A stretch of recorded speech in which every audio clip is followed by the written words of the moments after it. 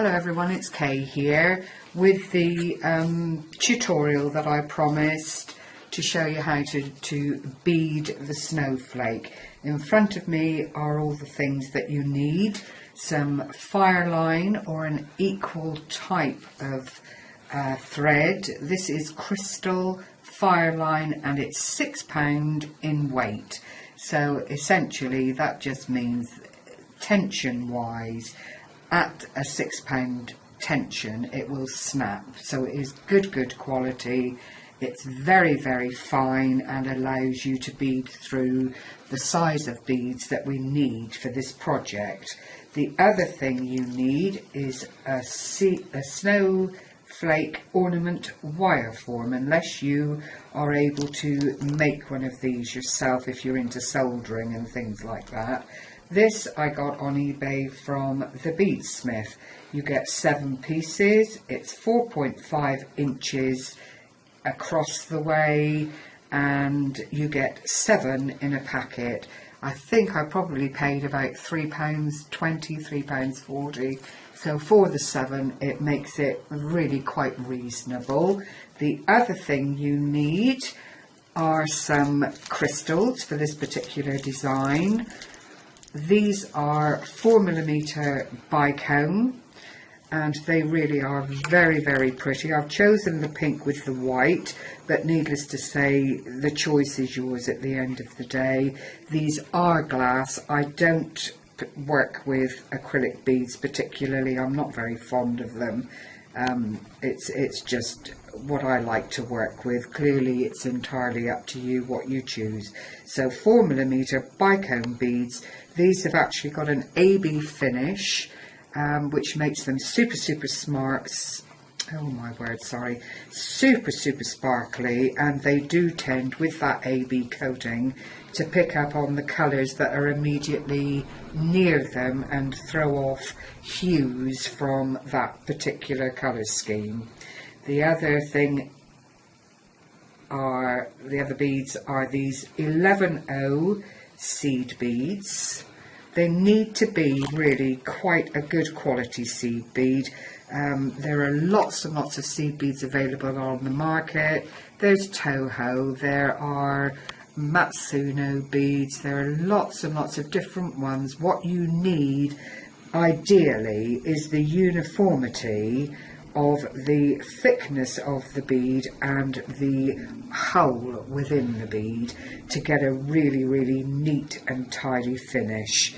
So that again is up to you. I bought mine, I think it was Cookson's Gold online. They do a really good supply of seed beads and I believe these were under £2 for the whole tube, which is really good. You do however pay postage and packaging.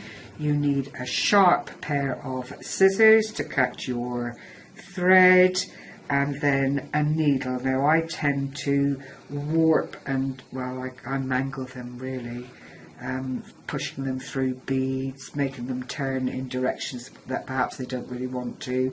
This is just an ordinary beading needle. I think it might be a 13, but I'm not absolutely sure because I've made myself this little needle holder and I've got a variety of bits and pieces in there, and all my beads actually, all my needles actually live in this little pot. It was a set, as you can see, and I actually enjoyed making that very much, but that's an aside. So to continue, we'll get on with the actual tutorial because it is going to take a little bit of time. I've done as much as I can by way of preparation to speed things up. So if there is something that you don't quite follow, don't hesitate to contact me via private messaging and I will see if I can sort out whatever it is that you haven't quite understood. So you get your bead form and on one of the spokes or prongs you tie, leaving a little tail, your thread onto the snowflake form, and that's just a leftover right, right over left knot, so it takes a fair old bit of tension and it's there for the duration. What I'm then going to do is work on the prong opposite, and that again will add to the tension of the work as it comes back onto the spoke. So the first thing that you do obviously is pick up a good length of thread. That is so important. It's better if you don't have to join bits of thread into your work as you go along. So having tied your thread onto one of the prongs, set your snowflake so that you are actually looking at the prong opposite to introduce the beads onto.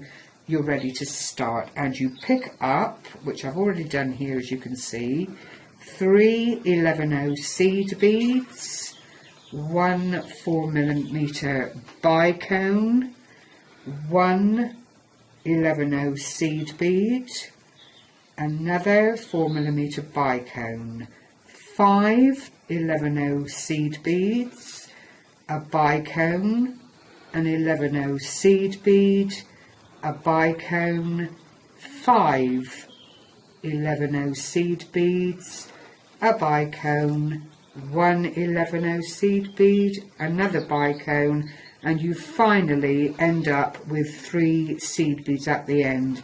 Now if you put them up against the spoke of the snowflake, you will see that they are, very roughly speaking, almost the same length as the spoke that you need to be covering. So ignoring the first seed bead, push that one right out of the way. Having threaded up through one way with your beads, you now have to thread your needle and thread back through the beads in the opposite direction. By avoiding the first bead, you actually form an anchor for the rest of the beads. If I pull this down, there is the spare bead that we left. These are the beads that I've started to work back down through, and if you pull your yarn carefully, you will see that that anchor bead just keeps the whole string of beads together. Continue on down through till you get to the very first bead that you put onto the thread. Bring the needle through and tighten up that string of beads, but pull back on the single bead that you left as an anchor, because what we have to do now, if I can get it right, is you get one piece of thread for where you started threading on, another piece of thread to the right of your work, and what we need to do then is encourage those beads on the thread over the prong of the snowflake, and this takes a little bit of patience. That's another reason, while I'm thinking about it, of having a good quality 11/0 seed bead. In the cheaper range, the whole of the seed bead is sometimes smaller, so to save having to make the hole bigger, I'm struggling here, it's better to have a better quality that are all the same size. I'm really having a bit of bother with this, sorry about that. But essentially this is what you do. You feed all the beads, oops a daisy, onto the snowflake form.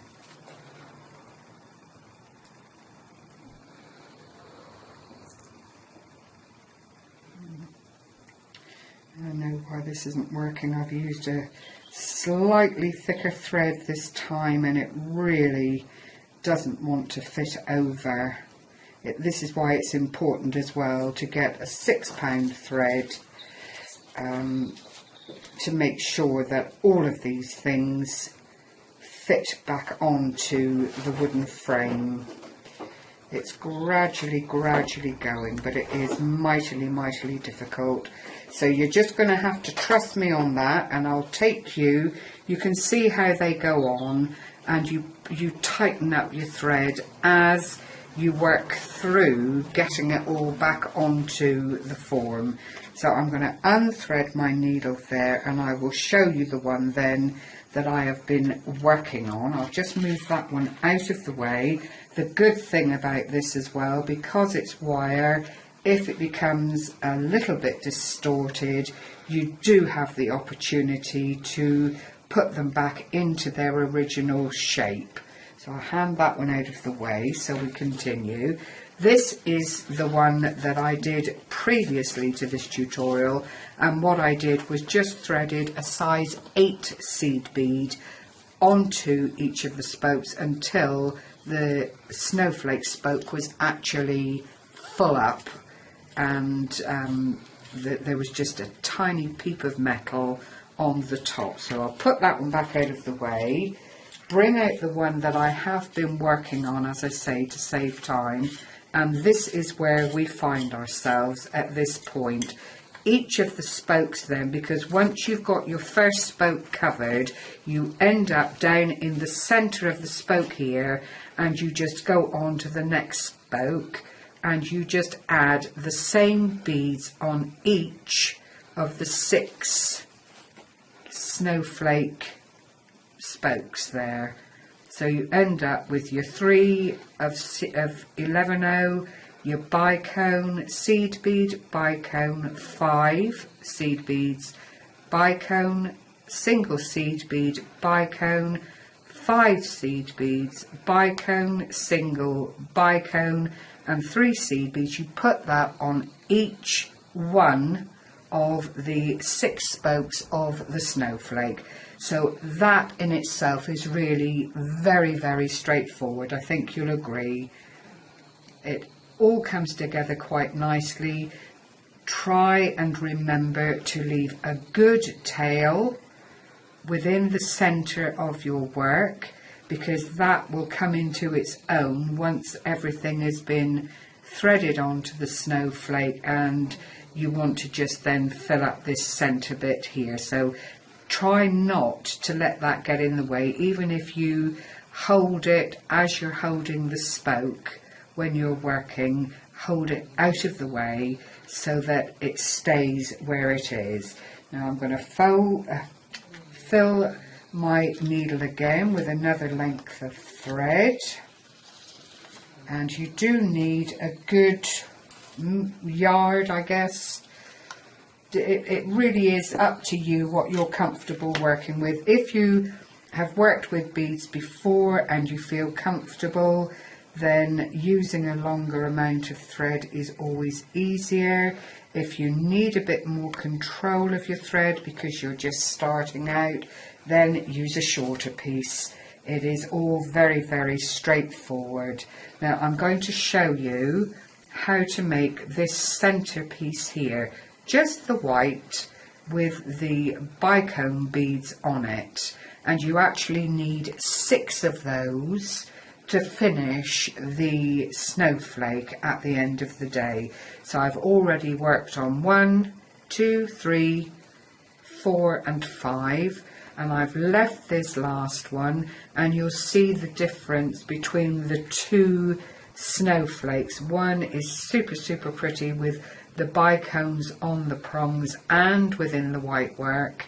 They are both beautiful in their own right, but I think using the bicone on the prongs of the snowflake really does give it another beautiful aspect. I need to tell you as well that I found this pattern on www.simplebeadpatterns.com, but I have, as one does when one finds a bead pattern that we really like, adapted it to suit my preference in beads, whilst essentially I've stuck with the pattern, the white bead work here. I have added bits and pieces myself, so I don't feel that I am contravening any copyright issues or anything like that. It's what us crafters do. We find something that we like, and over a period of time we alter it, adjust it, so whilst it's recognisable as the first pattern or project that you started on, the more you add to it detracts from that copyright issue. So without further ado, we will get on with the pretty little bit in the centre, and we start this by picking up, the camera crew's going to try and get in as close as he can so you can see me working. I've got to get my rings out of the way because they drive me bonkers. Right, my needle's threaded, and I'm going to pick up 6 of the little 11O seed beads. I'm not calling them white per se, because clearly white might not be something that you would like to work in. You might want to choose a different colour altogether. Now in my left hand I've got the tail of the thread I'm working with, so I'm going to slide those 6 beads down towards the end, but I am holding on to that tail.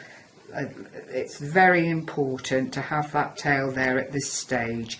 I am then making a circle, so my thread is coming out here, and I am going back into the first bead that I put onto the thread, and I am going to work my way up through the 6 beads like so. I'm then going to pull that around, and you'll see that these then start to form a little circle in their own right.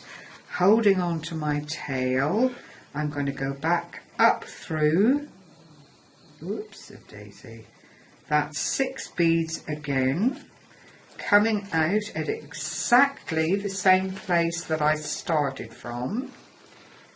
So here we go, there's the 6, and then I am going to go through 1 more bead. So not only have we reinforced the centre of our work, we have also tied that circle into a complete round by going through the first bead that we worked on. So it should look like that. Don't be afraid to manipulate your beads if you need to. If I put it down on the mat, that is your little circle of beads. Very, very straightforward. Hold on to your tail and your work. If you're right-handed, which I am, your thread will be coming out of the last bead that you worked with. So now I'm going to pick up an 11O, just like so, and I'm going through the next bead in line. I'm pulling it quite tight, and then I'm going to pick up another 11O seed bead, and I'm stitching through the very next bead. And you do this until you have added 5 beads to the original 6 bead circle. They will sit in between one another, but they sit proud of the original circle, and I'll show you when I have completed it. I'll lay it on the mat again so that you can actually see how it looks, because you never lose that 6 circle as you add your beads on, so you end up with that look. You've got your 6 beads in the center, and then the beads that you've just added sit outside the circle, and they're very much raised. So to go back and pick up, I find where my thread is coming out of the last bead, and you'll see against my finger you've got 1 bead that is really high. I'm going to go through that bead, and that process is actually called stepping up. So I've left the original circle, and by virtue of going through the higher bead, I have stepped away from the beginning of my work. Now I will pick up 3 11/0 beads and pass them through the next bead that's sticking up. And when you're actually doing this, they do become very, very obvious. There is a gap there, as you can see, so the 3 beads that I'm going to pick up will sit into that little gap quite nicely. 1, 2 and 3, and I'm going through the top bead there, just like so. Keep your tension good, pull it so that it feels firm, and pick up another 3 beads. Go through the highest bead in the circle, the raised circle. 1, 2, 3 11/0 beads through the next highest bead, like so, and again 1, 2 and 3, and we go through the last of the high beads within. The next thing we have to do is step up again. So I've come out of the 3 beads that I've just added, and lo and behold, there are 3 beads in a row here. I'm just going to go up those 3 beads, so I come out at the top of the little triangle that I've just formed. Pull that really, really tightly, and this is what you should have at that stage. 1, 2, 3, 4, 5. No, it's not. I've got to do another triangle. Beg your pardon. Just work that back. I've got to do, there's got to be 6 triangles, hasn't there? Sorry about this. Let's go back 1. I'm going to add another 3 beads, another little triangle, and then go back up the 3 that I spoke about earlier. And what you end up with then is this little star shape, I think you could call it. And there are your little peaks going all the way around. By going up through the 3 beads that I talked about before, you've actually stepped up again, and now we need to pick up 6 11/0 seed beads. 1, 2, 3, 4, 5 and 6.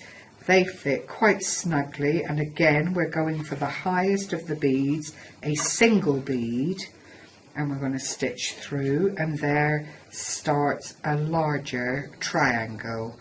And again 1, 2, 3, 4, 5 and 6, and we ignore everything that's gone before and go to the next highest bead.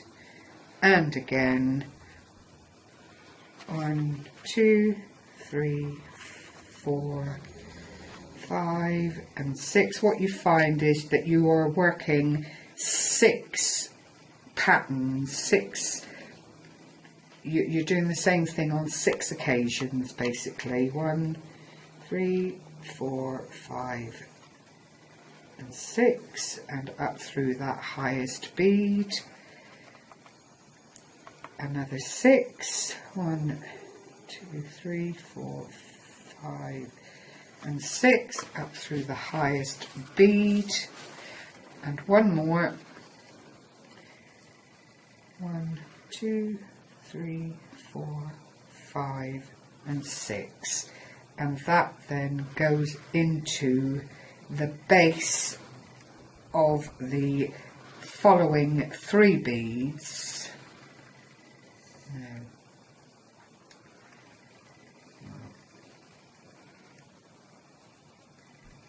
No, I've got it wrong. Hold on a moment. I've got to unthread that. It's so easy to do this, especially when the light is starting to go on you. I've got my 6 beads on the thread. None of us are perfect. It all takes a little while to get these things together. So I've come down to the bottom here, and I'm going to go into the first of the 3 beads going up towards another peak. So you end up with that situation. This is how your work should look. You might have to do a little bit of manipulation because at this point it is very much down to how the thread lies. Now from here I'm going to work my way back in toward the first 6 needles that the first 6 beads that I started with, and you simply do that by threading back through the beads that you've already worked.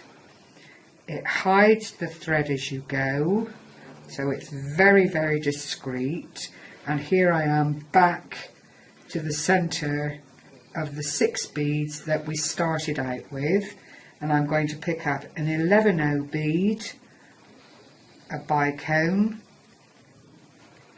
and an 11/0 bead, and roughly speaking I want to go across the work like so. So I am going to pick a bead on the other side, pick a bead, any bead, and I am going to thread that through the bead that grabs my eye, and it usually is one that is opposite where you've gone in and outside the circle of 6. And what happens then is that little cluster of 2 seed beads in the bicone just nestle across that 6 bead circle. Then we have to get from there up through the work and up to the peak on the nearest of the little triangles on the outside reel. And again, you simply do that by passing your needle through beads that you've already worked on, and you want to go through 3 beads. What we're going to do now is add a single bead, just one, and we're going to pass it back down those 3 beads. 1, 2 and 3. Hold your work as you pull it through, and it just makes a top strong bead there to take the roundness out of the triangle. You've actually got a lovely peak there. You go up through the next 3 stitches of the next 3 beads of the next triangle, come out at the top, add 1 seed bead and go down the 3. You're doing almost doing a zigzag here within your bead work. So up through 3 beads to the top,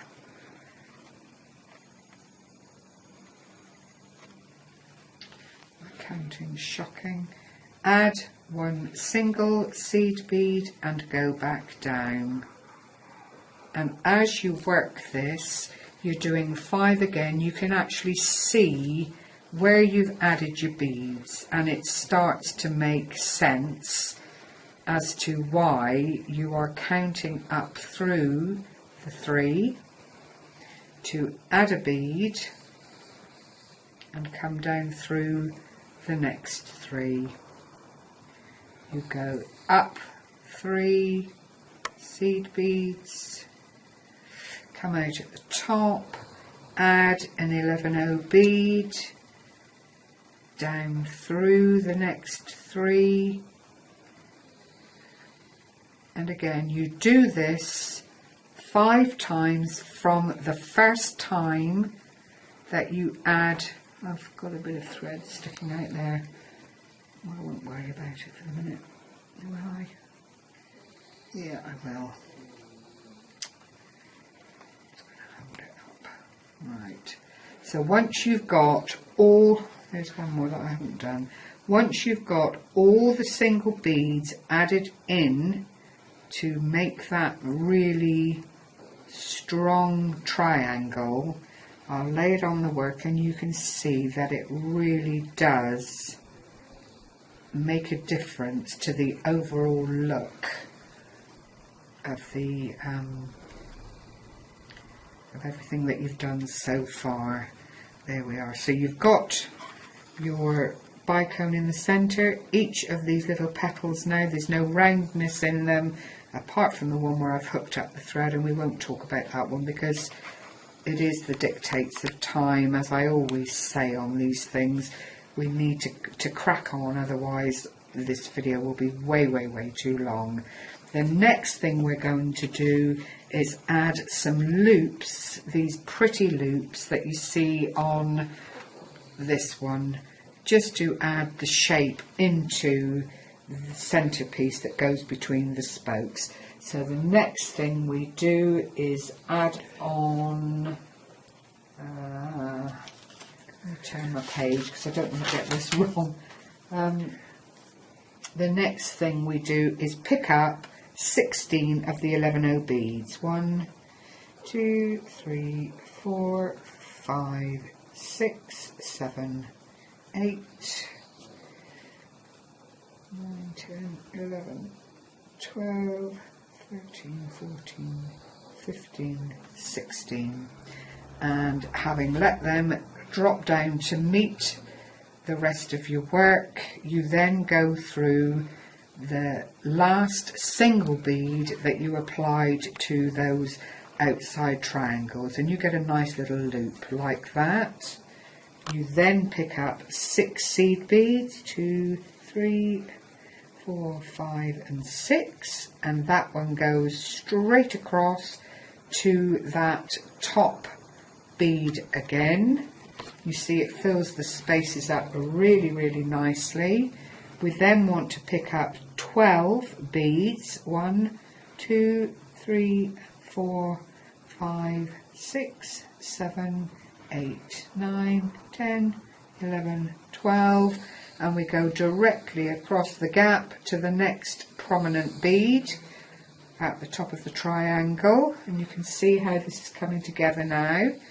You pick up 6, 1, 2, 3, 4, 5 and 6 through the next prominent bead at the top of that famous triangle. 6, and then we want another 16. 1, 2, 3, 4, 6, 7, 8.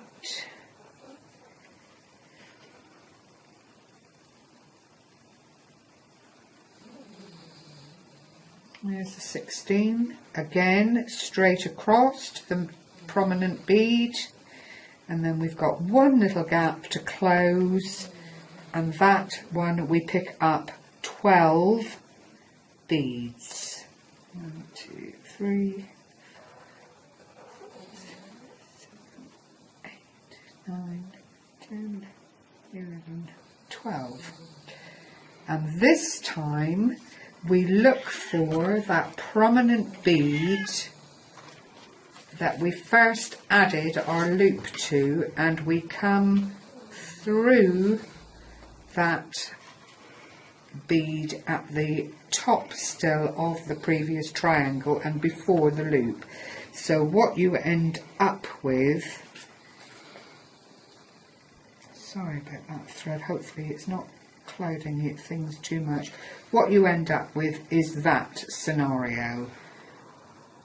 Alright, so the next thing we do is go up through 8 beads of the 16 in that loop. 3, 4, there's the 8, and what we're going to do is add 1 seed bead, and then we're going to go back down through again. We're going to dance across the 6 beads at the base there because all they need is a little bit of reinforcing, and we are going to go across to the next loop, and this is the 12, so we're going to go up through 6, just counting, add an 11O, and then continue on through the next 6 beads, skip across the 6 beads that are there all on their own to reinforce that area. Don't worry if you can't go through all 6 beads at once. As long as you follow on from where your thread comes out of, it's not a problem. Then we go up through 8.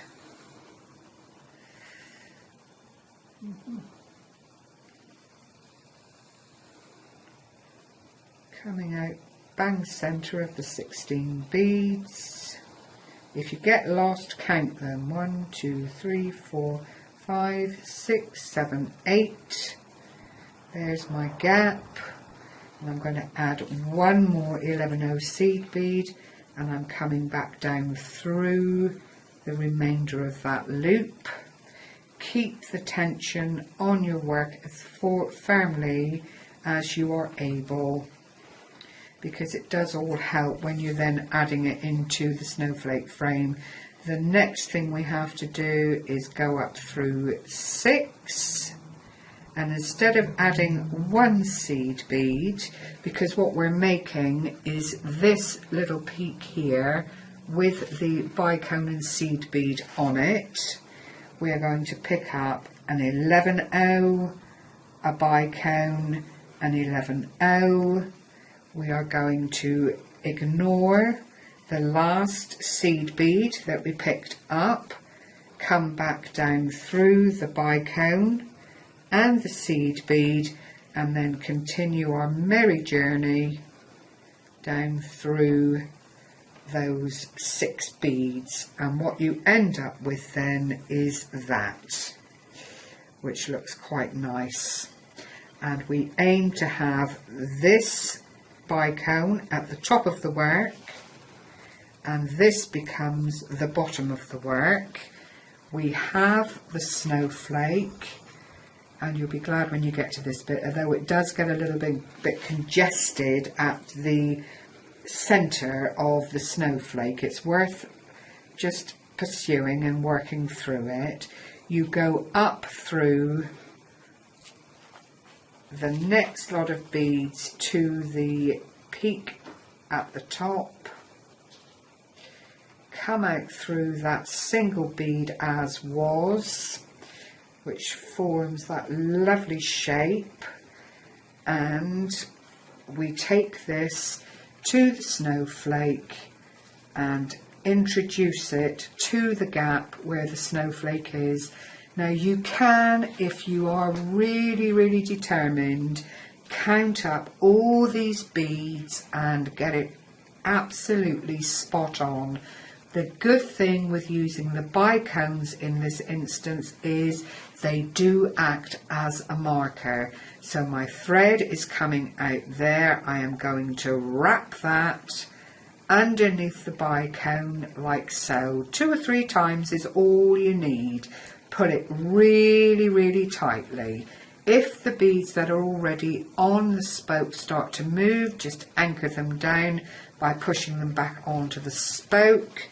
You then have got that very firmly wrapped around those beads, and it's being held in place.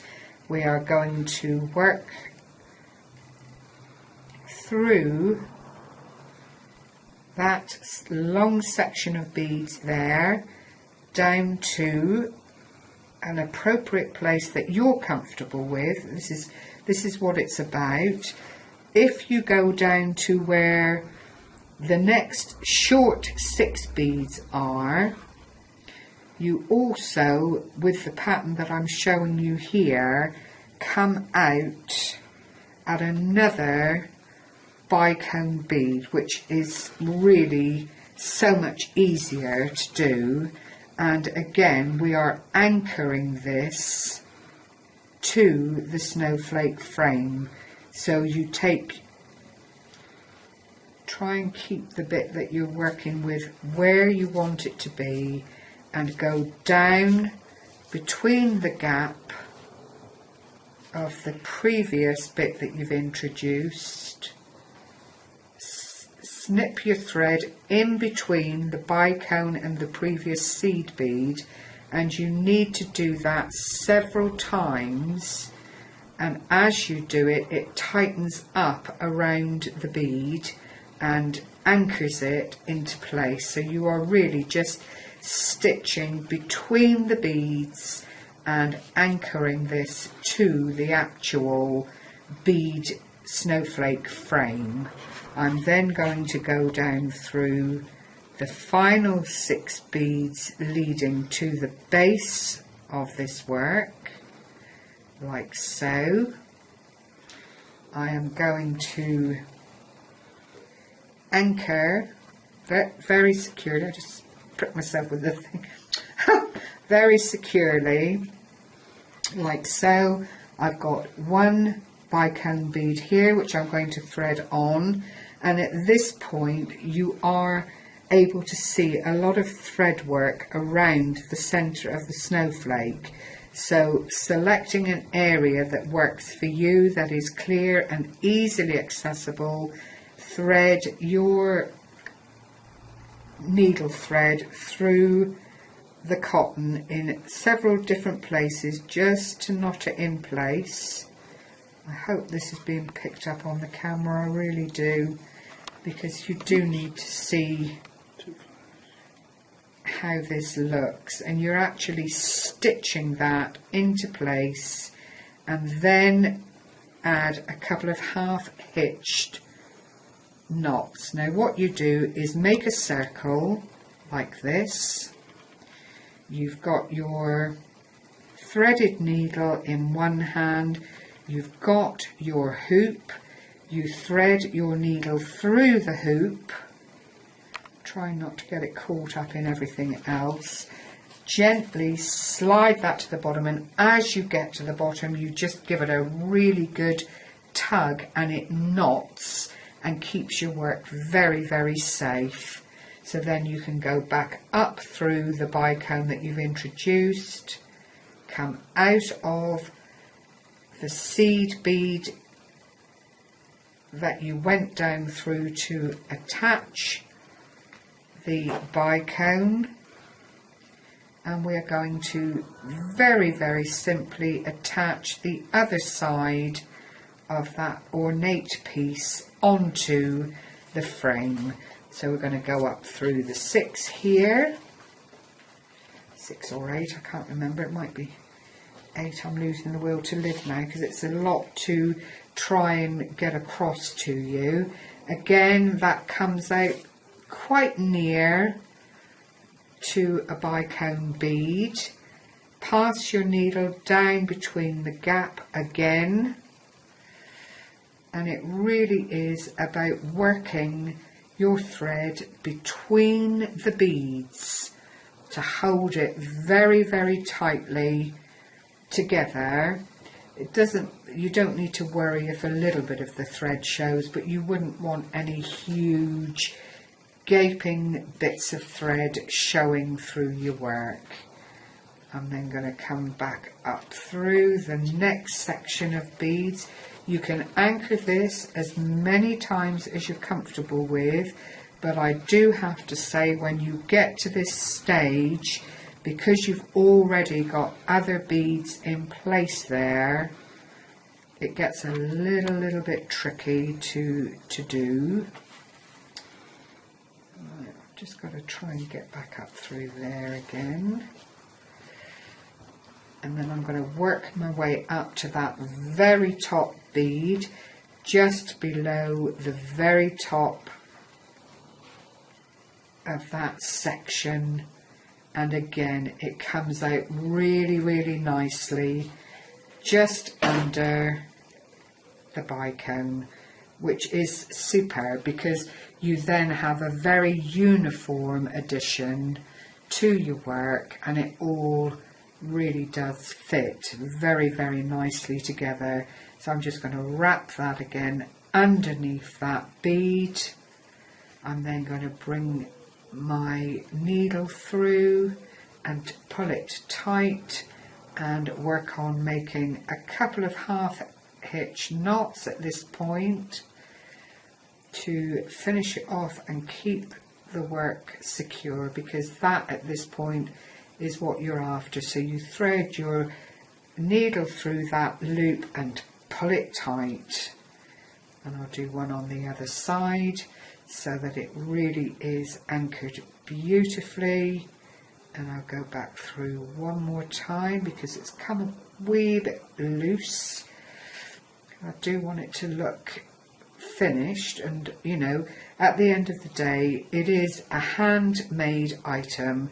Whilst we strive for things to be as good as we can get them, they are never perfect by virtue of them being handmade, sadly.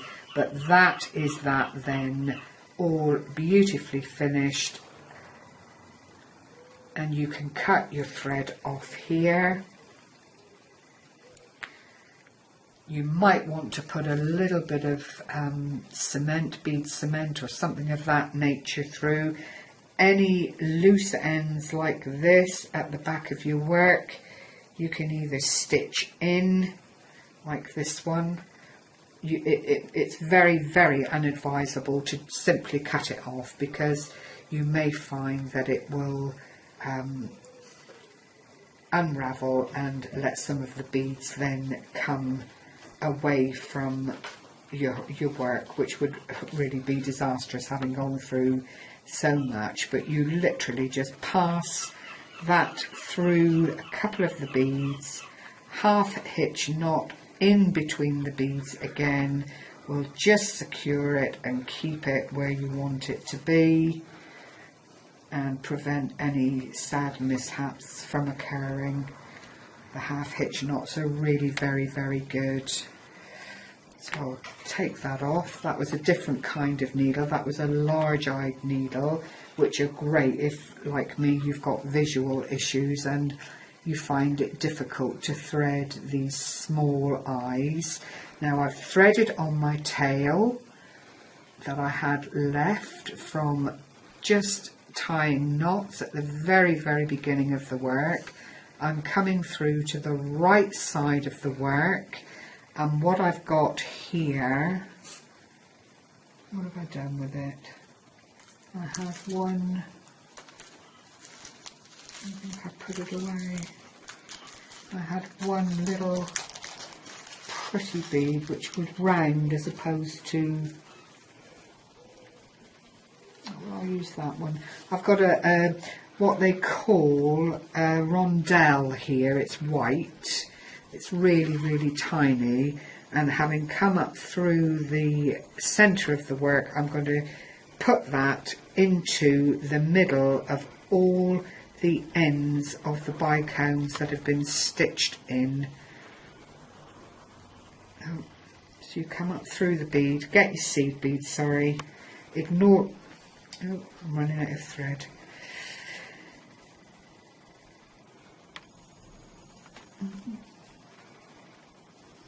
Right, so I've got that little rondelle. I'm putting on a seed bead, if I can find it. I'm ignoring the seed bead and going back down through the rondelle, and that will then act like an anchor in the centre of all that beautiful glitter.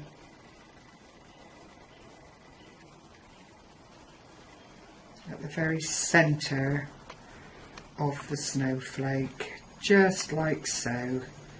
And I think you'll agree that it just finishes it off beautifully.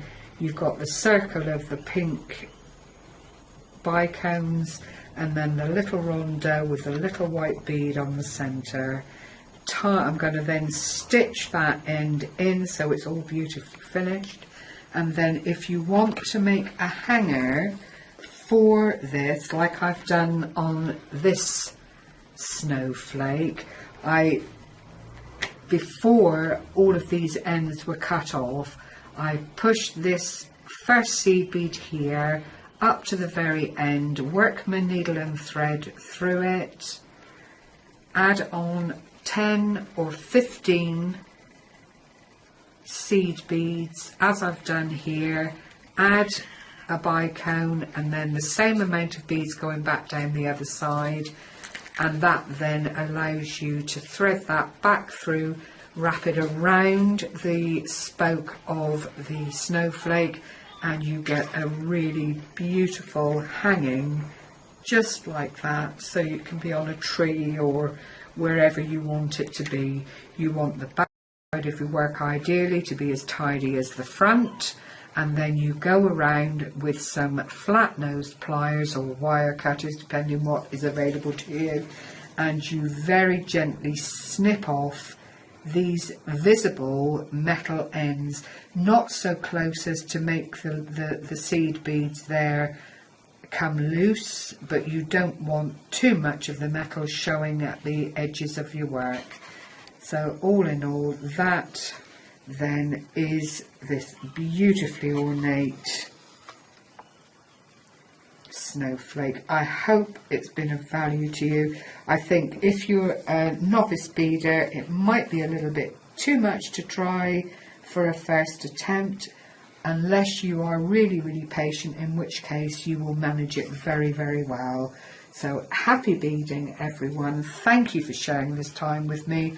I hope I've not gone on too much. Take care, everyone. Bye-bye.